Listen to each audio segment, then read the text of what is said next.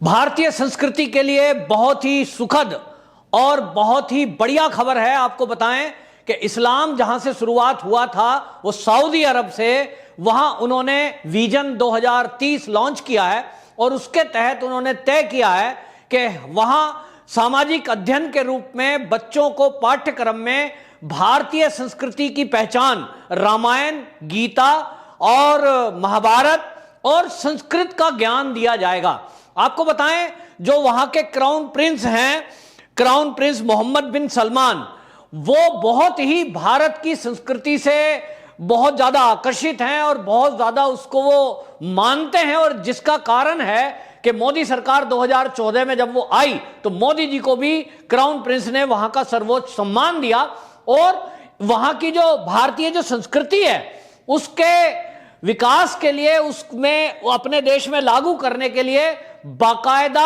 आपको बताएं मोदी जी से संपर्क किया और उनको ये कहा कि भाई आप अपनी संस्कृति का ज्ञान कराने के लिए हमारे यहां कुछ इस तरह के लोग भेजिए जो धर्म गुरु हों या जो रामायण, गीता के और महाभारत के जानने वाले हों, संस्कृत के विद्वान हो। और इस बारे में दोनों सरकारों के बीच जो सहमति बनी, उसके बाद वहां के जो क्राउन प्रिंस ने थोड़ा बहुत जाना, उस जानने के बाद उन्होंने तय किया कि भारत की संस्कृति ही सनातन संस्कृति है और यही सनातन संस्कृति वो संस्कृति है जो सऊदी अरब के लिए आगे आने वाले समय के लिए, वहां के बच्चों के लिए, उनके भविष्य के लिए बहुत ही उज्जवल है। और इसीलिए आपको बताएं, उन्होंने वहां दो बड़े काम किए हैं। वहां के क्राउन प्रिंस ने दो बड़े काम किए। एक काम तो यह किया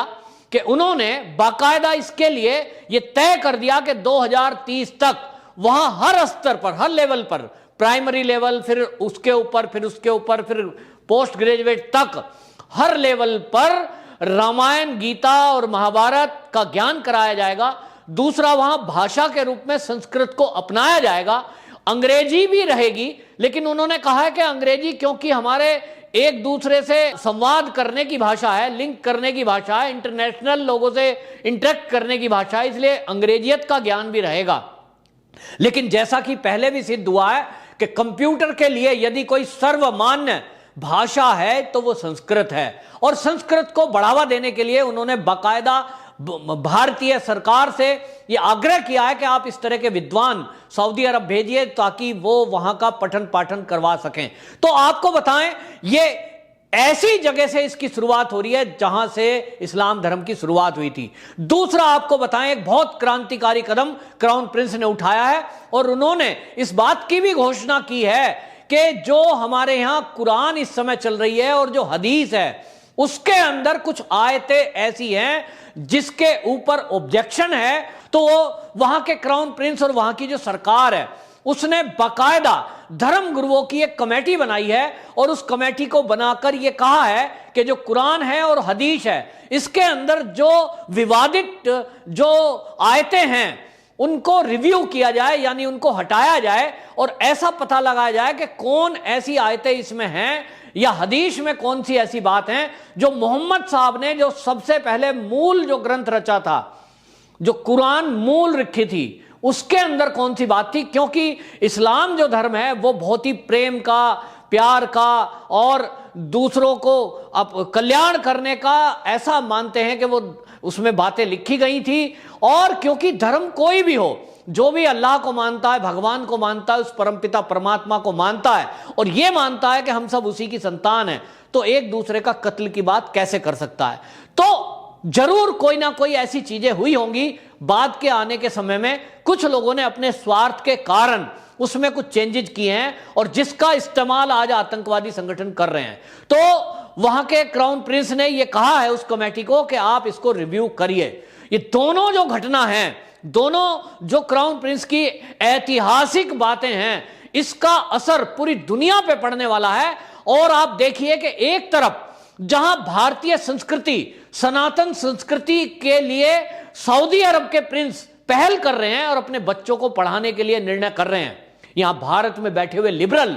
भारत में बैठे हुए वामपंथी और कांग्रेसी, जिन्होंने 70 साल इस देश में शासन किया, उन्होंने हमें क्या पढ़ाया। हम जब छोटे थे, हम बड़े हो गए, मेरी पढ़ाई पूरी हो गई, हमें क्या पढ़ाया। हमें इतिहास में पढ़ाया गया मुगलों का इतिहास, कौन से मुगल जिन्होंने हमारे यहां लगभग हजारों मंदिर तोड़े, जिन्होंने लाखों महिलाओं के साथ बलात्कार किया, यहां महिलाओं की मंडियां लगाई, बाजार लगाए, इज्जत आबरू लूटी, जिनकी वजह से यहां हजारों महिलाओं ने आत्मदाह कर लिया, वो राजा जिनके ऊपर अत्याचार किए गए, ऐसे सिख गुरु जिनको बिल्कुल जलते हुए कढ़ा में एक सब्जी की तरह उबाल दिया गया, उनके ऊपर आरे चलवा दिए गए कि धर्म परिवर्तन करिए, ऐसे ब्राह्मणों को चोटी काटने और जनेऊ तोलकर वो रोटी खाने वाले राजा जो बाबर जैसे आक्रांति थे, उनको महिमा मंडन करके बताया गया। हमको बताया गया कि अकबर महान था। इस तरह की झूठ मनगढ़ंत चीजें पढ़ाई गई, वो इतिहास में पढ़ाया गया जो हमें नहीं पढ़ाया जाना चाहिए था, और जो पढ़ाया जाना चाहिए था हमारे प्रभु राम कृष्ण, और यहां संत कबीर की धरती है, ये संत रविदास जी की धरती है, ये महर्षि वाल्मीकि जी की धरती है, लेकिन इनके बारे में इस भारत के अंदर, भारतीय संस्कृति में, भारत के सामाजिक विज्ञान में, सामाजिक ज्ञान में, किताबों में नहीं पढ़ाया गया। यदि ये पढ़ाया जाता होता तो आज हमारे भारत की तस्वीर कुछ और होती। हम देखते कि आज जो ये हमारी संस्कृति है उसको पूरी दुनिया फॉलो कर रही है। और आपको बताऊं कि जो हमारे श्री कृष्ण भगवान का जो उपदेश है, दुनिया के कई देशों में श्रीमद् भगवत गीता का पाठ किया जाता है, कई भाषाओं में, और उसमें सऊदी अरब भी है। उसका असर आप देखिए कि दुनिया के कई देशों में बाकायदा चर्च बिक रही हैं और उनको मंदिर में कन्वर्ट किया जा रहा है। आपने बहुत सारी ऐसी वीडियो देखी होंगी कि चाहे वो अमेरिका है, चाहे वो रूस है, चाहे वो फ्रांस है, चाहे वो सऊदी के लोग हैं, वो चोटी रखने लगे हैं, वो जनेऊ पहनने लगे हैं, वो धोती और कुर्ता धारण करते हैं, वो हिंदू संस्कृति से पूजा पाठ करते हैं, क्योंकि उनका मानना है कि यही वो सनातन संस्कृति है जो पूरी दुनिया को रास्ता दिखाती है। लेकिन दुर्भाग्य से हमारे भारत के अंदर आज यदि इन आयतों के बारे में कोई बात करता है तो जैसे नरसिंह यति ने की, नरसिंहानंद सरस्वती दासना वालों ने जैसे ही यह बात की कि भाई भारत में अब इस पर चर्चा होनी चाहिए कि ये जो आयतें हैं जो व्यक्ति के सिर कलम करने को कह देती हैं, अगर उस पर कोई चर्चा करे तो ऐसी आयतों पर बात की जाए कि ये आयतें गलत हैं, गलत डाली गई हैं, और हमें जो इतिहास में पढ़ाया गया उस इतिहास में गलत पढ़ाया गया, ये आक्रांता थे, ये लुटेरे थे, और ये इसके बारे में बातचीत होनी चाहिए। तो जैसे ही वो ये शब्द निकालते हैं तैसे आप देखिए उनके सर कलम करने की बात कर दी जाती है, पूरे देश में एक बहस छिड़ती है और पूरे देश में राजनीतिक दल उसमें कूद जाते हैं। मैंने तो यह देखा कि जो अपने को राष्ट्रवादी मुस्लिम कहते हैं, वो राष्ट्रवादी मुस्लिम भी कुरान की आयतें और कुरान और मोहम्मद साहब पर यदि बात करें तो वो कहते हैं हम तो डिबेट छोड़ के भाग जाएंगे, हम मोहम्मद साहब पे बात करने नहीं आए, हम यहां कुरान के लिए बात करने नहीं आए। मैंने देखा एक नेशनल टीवी डिबेट पर अपने को नेशनलिस्ट कहने वाली पार्टी का एक लीडर, प्रवक्ता, वो टीवी की डिबेट छोड़कर जाने को तैयार हो गया। वो कहता है मैं माइक निकाल दूंगा यदि आपने कुरान पर कोई बात करी। यानी कुरान के ऊपर बात करना एक अपराध हो गया है, वहीं उसके बारे में कोई बात नहीं कर सकता है। लेकिन वहीं दूसरी तरफ जहां से इस्लाम का जन्म हुआ वो सऊदी अरब, उसके क्राउन प्रिंस ने यह घोषणा की है, मोहम्मद बिन सलमान ने कि हम अब इस पर रिव्यू करेंगे, इस पर एक कमेटी बनाई है और वो कमेटी तय करेगी। तो मैं तो एक बात कहता हूं कि जहां से इस्लाम चला हम उस बारे में बात नहीं कर सकते जिसके बारे में हमें नॉलेज नहीं है। लेकिन सऊदी अरब ने जो ये पहल की है, जब वहां के वो विद्वान, वो धर्मगुरु मिलकर के उसे बैठेंगे और उसका अध्ययन करेंगे और जो भी उसमें गलतियां की गई हैं, जिन लोगों ने भी उसके अंदर घुसपैठ करके उसको बदलाव किया है, वापस वो उसे दुनिया को बताएंगे, तो इस्लाम का एक अच्छा चेहरा सब लोगों के सामने आएगा। लेकिन हमारे देश में बैठे हुए लिबरल्स, वामपंथी और ये कांग्रेस, सारा विपक्ष, आप देखिए किस तरह की तुष्टीकरण की नीति करता है कि इस देश में यदि मोदी जी ने यह बात कर ली होती कि रामायण और गीता को हम भारत में भी पढ़ाएंगे तो ये सारे पीछे पड़ गए होते। देश की आजादी के बाद से वामपंथियों ने बकायदा हमारी शिक्षा नीति को इतना बेकार कर दिया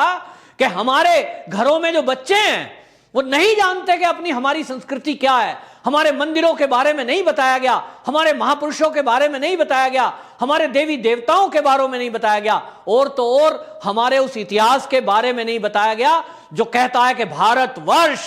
जिसके अंदर दुनिया के कई देश, यानी हमारा भारत का साम्राज्य, भारत की जो सीमा, अखंड भारत, जिसके अंदर अफगानिस्तान, भूटान और आपके देखिए पाकिस्तान, ये सारा क्षेत्र आता है और वो क्षेत्र अखंड भारत का था, लेकिन खंड खंड कर दिया गया। और आज जो भारत बचा है, आज हमें पढ़ाया जा रहा है कि ये हिंदू मुस्लिम भाई भाई हैं, आप गंगा जमनी तहजीब का ध्यान रखिए, सब मिलजुल कर रहिए। भाई मिलजुल कर कैसे रहें? क्या इस देश में मिलजुल कर रहना, शांति प्रिय होना और सारी बातों को झेलना। लेकिन बात केवल यह है कि जहां से इस्लाम का जन्म हुआ, उस देश ने वहां तय किया है, वहां के धर्म गुरुओं ने, कि कुछ कमी है और इस कमी को ठीक करना चाहिए। तो हमारी भारत की सरकार को भी चाहिए कि इस पर बाकायदा एक बहस करे और धर्म गुरुओं को बिठाए और इस पर चर्चा हो और यह तय हो कि कुछ इस तरह की आयतों पर अगर कोई बात करता है, चाहे वो आम आदमी पार्टी का विधायक ही क्यों ना हो, ऐसों के लिए सख्त सजा का प्रावधान हो। यहां किसी को भी अगर रहने की आजादी है, देश के बंटवारे के बावजूद भी किसी दूसरे धर्म के लोगों को यहां रहने की इजाजत मिली है, तो इसका यह मतलब कतई नहीं है कि इस देश का बहुसंख्यक हिंदू यहां पिटने के लिए है, यहां दबने के लिए है। हम अपने मंदिरों की रक्षा के लिए, मंदिरों के लिए कोर्ट जाएंगे और कोर्ट में आश्चर्य की बात यह है कि इस देश का सुप्रीम कोर्ट यदि इन्हीं आयतों पर चर्चा करने के लिए एक वसीम रिजवी एप्लीकेशन डालते हैं